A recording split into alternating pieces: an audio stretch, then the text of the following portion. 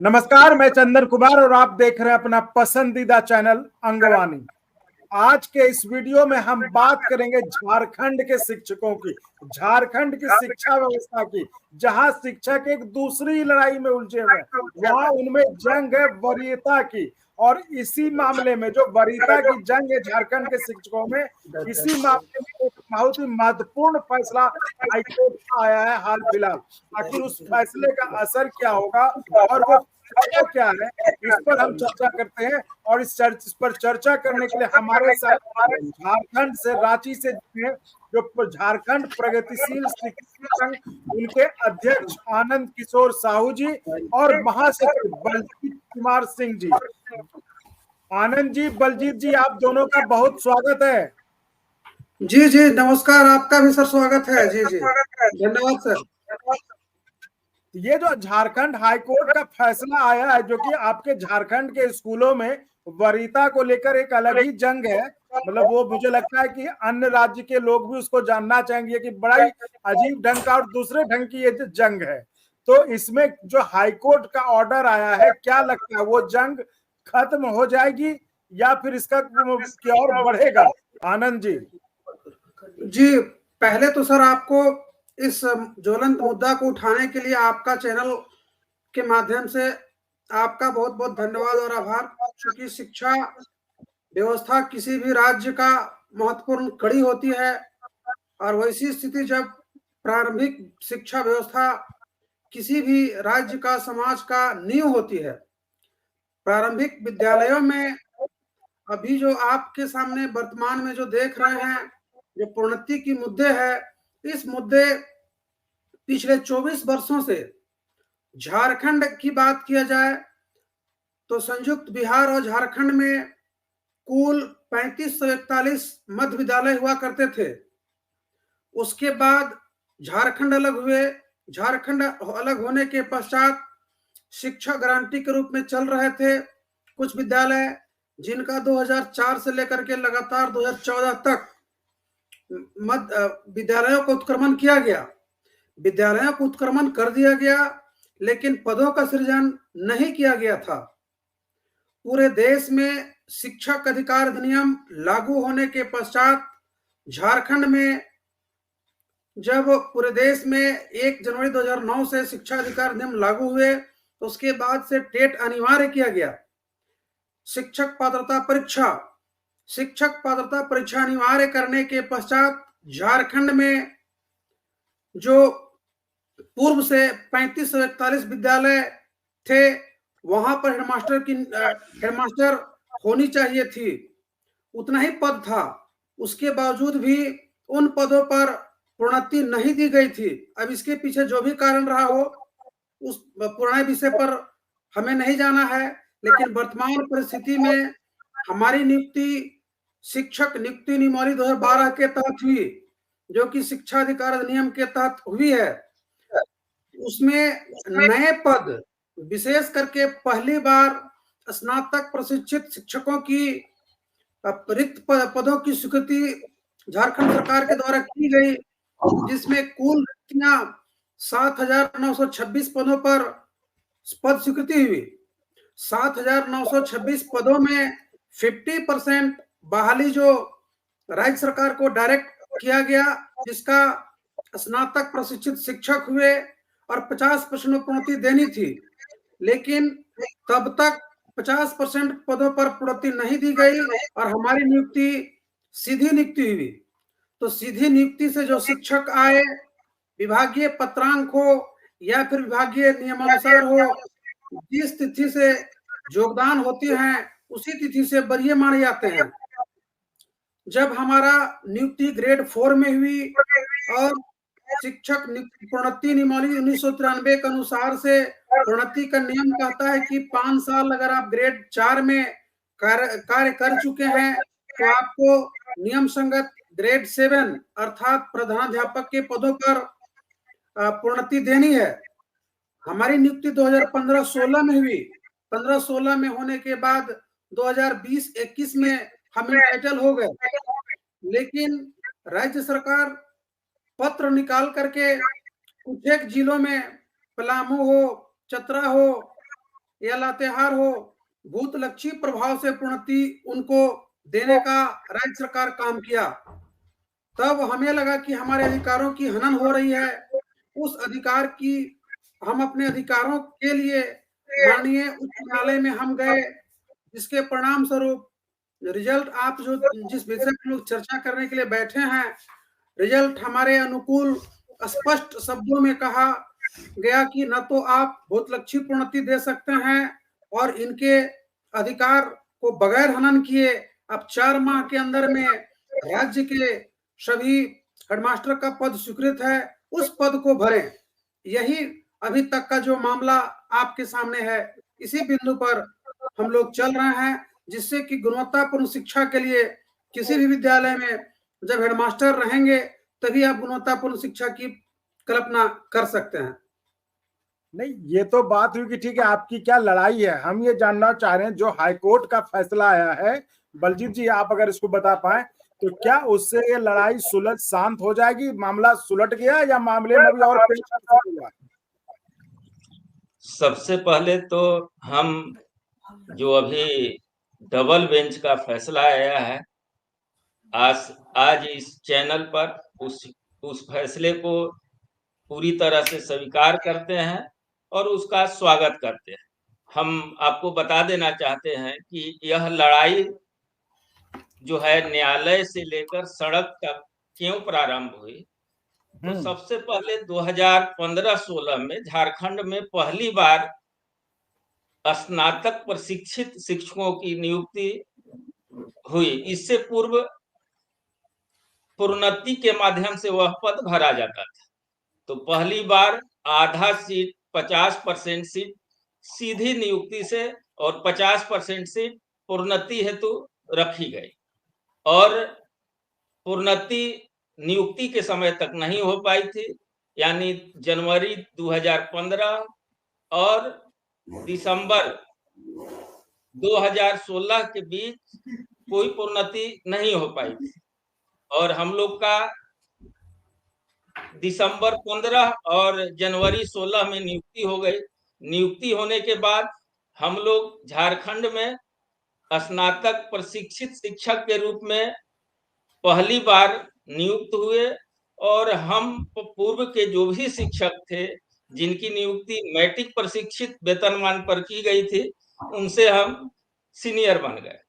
अब मामला यहीं से शुरू होता है। हमारे कई जिला शिक्षा अधीक्षक या विभाग अपने स्तर से अब प्रयास शुरू कर दिया कि जो डायरेक्ट नियुक्त शिक्षक हैं उनको कैसे हम जूनियर करें, और जो मैट्रिक प्रशिक्षित शिक्षक हैं उनको हम कैसे आगे करके सीनियर कर दें, ताकि जो है सीधी नियुक्ति के नियुक्त शिक्षक जो है जूनियर हो जाए। तो इसके लिए कई जिलों में यानी पलामू, लातेहार और चतरा 3 जिलों में भूतलक्षी प्रोन्नति उनको दे दी गई। हमारी नियुक्ति हुई थी दिसंबर 2015 जनवरी 16 में, और उनको 1/2015 से भूतलक्षी प्रोन्नति दे दी गई। मामला यहीं से उलझा। अब इसे लेकर जेपीएसएस के पलामू जिले के शिक्षक झारखंड हाई कोर्ट पहुंच गए और यह मामला चल ही रहा था। तब तक जो है एक शिक्षा सचिव द्वारा एक पत्र निर्गत किया जाता है और भूतलक्षी प्रोन्नति को वह वैध साबित कर दे रहा है। तो फिर जब वह पत्र निर्गत होता है तो उस पत्र को लेकर झारखंड प्रगतिशील शिक्षक संघ झारखंड में पहली बार सीधे तौर पर न्यायालय में पहुंचती है। वह पत्र था 619 और गौतम प्रसाद VS राज्य सरकार और JPSS VS राज्य सरकार एकल पीठ में यह मामला चल रहा था। लेकिन दुर्भाग्यवश जो है एकल पीठ ने सीनियरिटी जूनियरिटी को क्लियर नहीं किया और भूतलक्षी प्रोन्नति को सही साबित कर दिया। और जब उसका परिणाम आया तो हम लोग जो है सीधे डबल बेंच गए और डबल बेंच में मामला चल ही रहा था। और इस समय हाल फिलहाल में उसका अंतिम निर्णय आया और जो भी या विभाग की शंकाएं थी या जो मैट्रिक प्रशिक्षित शिक्षक थे उनका जो शंकाएं था कि हम सीनियर की ए सीनियर, सारे शंकाओं को दूर कर दिया गया है और अब हम समझते हैं कि झारखंड के 3145 मध्य विद्यालयों में 2 से 3 महीना के अंदर प्रधानाध्यापक होंगे और गुणवत्तापूर्ण शिक्षा में सुधार होगा। तो मतलब ये समझे ना कि मसला सुलझ गया, मसला सुलझ गया। हाईकोर्ट के फैसले ने ये जो जंग चली आ रही थी सीनियरिटी की, वरीयता की, वो मसला अब सुलझ गया, खत्म हो गया। हाँ, इस निर्णय के बाद अब किसी के पास कोई ऑप्शन नहीं बचता है कि जो है इस विवाद को आगे लेके जाए। जो अभी विभाग के द्वारा यह पत्र निर्गत किया गया है कि न्यायालयी मामलों को देखते हुए यथाशीघ्र जिला शिक्षा अधीक्षक प्रोन्नति की प्रक्रिया पूरा करे, अन्यथा उन पर कार्रवाई किया जाएगा। तो हमें विश्वास है कि जनवरी तक, और एक न्यायालय का फैसला भी आया है कि 25 जनवरी तक राज्य में जितने भी मध्य विद्यालय हैं वहां पर ग्रेड 4 से 7 में प्रोन्नति देकर प्रधानाध्यापक के पदों को भरा जाए। यानी कि अब अधिकारियों पर है, शिक्षा विभाग के अधिकारियों पर है कि जो हाईकोर्ट का आदेश आया है उसकी तामील की जाए जितनी जल्दी हो सके। जी हाँ, अब जो है उनको उसका तामील किया जाना होगा। नहीं करेंगे तो इसके बाद हम लोग अवमानना में जाएंगे। लेकिन हमें जो लगता है जिस प्रकार से विभाग आगे बढ़ रही है, इस समस्या का बहुत जल्द अंत होने जा रहा है। हम मतलब कुल मिलाकर ये कि जो आप लोगों की लंबी जंग चली आ रही थी सीनियरिटी को लेकर, झारखंड के स्कूलों में जो शिक्षा व्यवस्था भी उससे प्रभावित हो रही थी, उसका जो है पटाक्षेप यानी उसकी जो समाप्ति हाई कोर्ट के आदेश से हो गई है। अब सरकार के अधिकारियों के मतलब शिक्षा विभाग के अधिकारियों पर ये डिपेंड कर रहा है कि हाई कोर्ट का जो आदेश आया है उस आदेश को जमीन पर उतारा जाए जितनी जल्दी हो सके, ताकि ये जो मामला चला रहा था सीनियरिटी वाला वो बिल्कुल पूरी तरह से खत्म हो जाए। सर ये तो चलिए बड़ी अच्छी बात है, आप लोगों को बधाई भी कि आप लोगों के पक्ष में फैसला आया और अब जो है उम्मीद करते हैं कि शिक्षा विभाग कर लेगा। हम आनंद जी से जानना चाहिए आखिर झारखंड के स्कूलों में व्यवस्था क्या है? स्कूलों में सरकार के स्तर से शैक्षणिक व्यवस्था, आप संसाधन दिए बगैर गुणवत्तापूर्ण शिक्षा की बात नहीं कर सकते हैं। वर्तमान में अभी 50,000 पद खाली हैं। झारखंड में शिक्षकों की बात करें, जो प्राइमरी शिक्षकों के पहले जो पद थे 17,446 पद, वो पद खाली थे। उन पदों का प्रत्यारोपण करके झारखंड सरकार के द्वारा अभी 1 to 5 में 20,825 पद और 6 to 8 स्नातक प्रशिक्षित शिक्षक के पदों पर 29,175 पदों की स्वीकृति हुई है जी, जिसमें बहाली की प्रक्रिया चल रही है। लेकिन माननीय सुप्रीम कोर्ट के द्वारा 26,001 पदों की बहाली के लिए परीक्षाएं हो चुकी है। फिलहाल रोक लगी हुई है, जिनके कारण से नियुक्तियां नहीं हो पाई है। जिस दिन नियुक्तियां हो जाती है, निश्चित रूप से झारखंड के बच्चों के लिए और झारखंड का शिक्षा व्यवस्था पटरी पर आ जाएगी। क्योंकि अभी वर्तमान सरकार के द्वारा आप सीबीएसई के पैटर्न पर सीएम एक्सेलेंस ऑफ स्कूल का निर्माण किया गया है। निश्चित रूप से गरीब बच्चों के लिए मील का पत्थर साबित होगी। तो सर झारखंड के जो स्कूलों में ये जो सीनियरिटी वाला जो लफड़ा चल रहा था, जो विवाद का विषय बना, कारण बना हुआ था, तो इससे शिक्षा व्यवस्था का क्या कुछ सिस्टम है जिसके कारण जो मतलब शिक्षकों का कुछ अलग ही व्यवस्था है अन्य राज्यों से? अलग व्यवस्था इसको नहीं कहा जाए सर। अच्छा, हेडमास्टर का पद स्वीकृत पद होती है, ठीक है। उस पदों में अपने एक रूपता वाले संवर्ग में जो सीनियर होते हैं वो विद्यालय के प्रधानाध्यापक कहलाते हैं। अभी स्थिति ये है कि 97% विद्यालयों में प्रधानाध्यापक नहीं है। एक ही बैच के शिक्षक प्रभारी के रूप में कार्यरत हैं। तो आप समझ सकते हैं कि एक प्रभारी और फ्रेश हेडमास्टर होने से कितना विभाग में प्रभाव पड़ता है। तो हम समझते हैं कि गुणवत्तापूर्ण शिक्षा के लिए संसाधन युक्त होना बहुत जरूरी है, और विशेषकर शिक्षक संवर्ग में, क्योंकि यह एक ऐसा पेशा है जो शिक्षक विद्यालय में रहेंगे तभी आप गुणवत्तापूर्ण शिक्षा दे सकते हैं। जी बिल्कुल सही। तो सर आप दोनों को बहुत बहुत बधाई, क्योंकि आपने जो कोर्ट में एक लड़ाई जीती है, कोर्ट का जो फैसला आया है वो आप लोगों के पक्ष में है।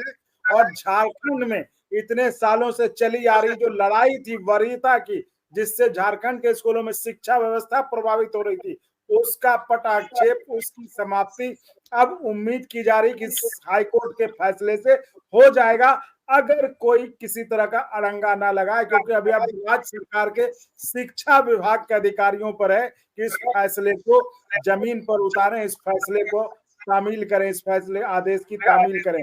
जैसा कि महासचिव जी ने, बलजीत कुमार जी ने कहा कि अगर कोई ढिलाई बरती जाती है तो वो इसके खिलाफ अवमानना का केस भी करने को तैयार हैं। तो अब देखने की बात है, मतलब देखना है कि शिक्षा विभाग के अधिकारी कितनी जल्दी इस फैसले को, जो हाईकोर्ट का फैसला आया है, उसको जमीन पर उतार देते हैं, लागू कर देते हैं, ताकि स्कूलों में, झारखंड के स्कूलों में शिक्षा व्यवस्था सुचारू रूप से चल सके। तो बलजीत जी और आनंद जी, आप दोनों का बहुत बहुत धन्यवाद इस चर्चा में जुड़ने के लिए। और जो झारखंड में इतने सालों से चल रही थी लड़ाई, उसके बारे में जो हाई कोर्ट का फैसला आया है, जिससे उम्मीद की जा रही है कि मसला सुलझ जाएगा, खत्म हो जाएगा, उसके बारे में बात करने के लिए, उस बारे में चर्चा करने के लिए। तो साथियों, इसी तरह आप चैनल को लाइक, शेयर, सब्सक्राइब करते रहें और संभव हो तो ज्वाइन भी करिए, जिससे हमें आपके लिए और गुणवत्तापूर्ण कंटेंट के निर्माण में मदद मिले। धन्यवाद जी, आपका भी धन्यवाद सर। जी जी, नमस्कार नमस्कार। और अगर आपको अच्छा लगा तो एक बार और आपको मैं कहना चाहूंगा कि आप इसको प्लीज सब्सक्राइब और शेयर करते रहें, ताकि हमारा भी मनोबल और सपोर्ट बना रहे।